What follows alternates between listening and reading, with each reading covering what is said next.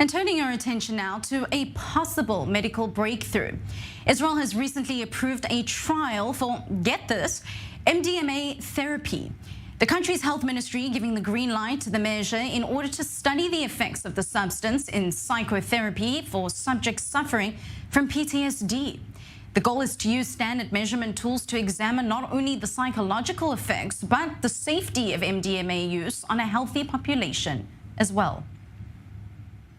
And joining me now to help make sense of this all is Professor Nadav Davidovitch, the chair of the Israeli Public Health Physicians Association and the director of the School of Public Health at Gurion University. Good afternoon to you, Professor. Firstly, this is quite a bizarre story. We're talking about the commonly and infamously known ecstasy, which is MDMA in tablet form and in its crystal form, Molly, to be used not as a rave drug at parties for a high, but to actually help people suffering from PTSD. Before we get into the study itself here, can you explain the stigma, how we can possibly turn this into a therapeutic drug? So we know that MDMA, the active substance of ecstasy, already for more than 2 decades can have a very beneficial effect if used properly, of course. For people suffering from PTSD, we know in Israel PTSD is around after Yom Kippur. It's a major issue. I myself have served as a physician in the military and unfortunately saw the consequences of PTSD. Next week, on a personal level, we are going to meet 12 soldiers that we were in South Lebanon in a severe attack, and some of the soldiers suffered from PTSD, so it's something that is very personal for me.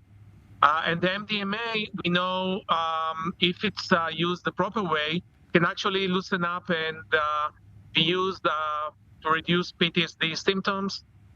We know that it's not the only substance. We know that marijuana, when used properly and using the active substance, can be used for pain.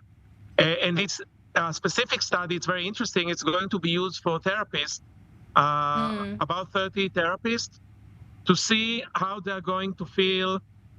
Some of them are going to get the MDMA and go for psychotherapeutic treatment of PTSD patients, and some without. And it's very important for them to see the influence and before going to treat, hopefully when FDA and Israel is going to be approving probably in the coming month, the substance, to see on themselves how it's going to influence them. Now, MDMA is known to increase the activity of 3 brain chemicals. We're talking about dopamine, serotonin, and norepinephrine. Can you explain in more simple terms what these are and how this drug could assist those with PTSD, perhaps on a level that many don't physically understand or even mentally conceptualize, knowing that this drug is to get high at nightclubs? So again, everything is in the context of what is the dosage. It's not just the MDMA treatment, it's a combination of MDMA and psychotherapy. And when used in a proper way under supervision and the proper dosage, there is a whole release of, as you said, dopamine and other substances. And this can loosen some of the resistance and some of the antagonist feelings that sometimes serve as that are actually a barrier and challenging different treatments. Again, this is not something new. It's being discussed already for more than 2 decades. There are very serious trials being funded by the medical establishment. And as Paracelsus said, he was a very known chemist hundreds of years ago, every subject can serve as a poison or serve as a therapy. The main issue is the dose, safety. And currently, this very interesting trial is about 30 therapists that are going to have it and express and experience the effect before they're going to treat such patients. So no doubt, as you mentioned, obviously those that will be taking the drug, we're going to be studying the effects of whether or not this actually helps with their PTSD symptoms. But what about the negative side effects? At the end of the day, we're talking about an addictive drug, and coming down from such a high is usually a hard hit. What can some of these, at least people that are being involved in the study, expect to come out of it from a negative perspective? Any drug can have side effects. Again, we're not talking about the same use like in clubs. These are different dosage, different kind of use.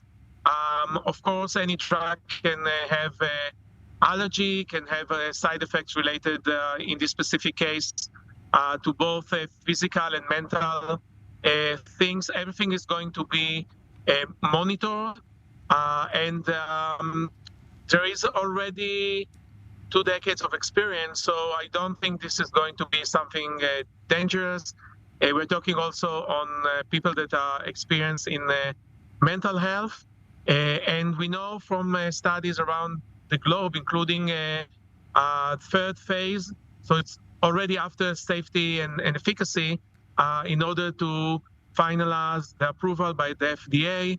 PTSD is a very major issue, especially in Israel, and I think we need to welcome any option. Again, Right. there are other things that maybe were perceived as dangerous that are being used. If it's used in a proper setting and dosage, this is something that it can be very, very beneficial. And I really congratulate the approval, and I hope that there'll be very positive results so we can move forward.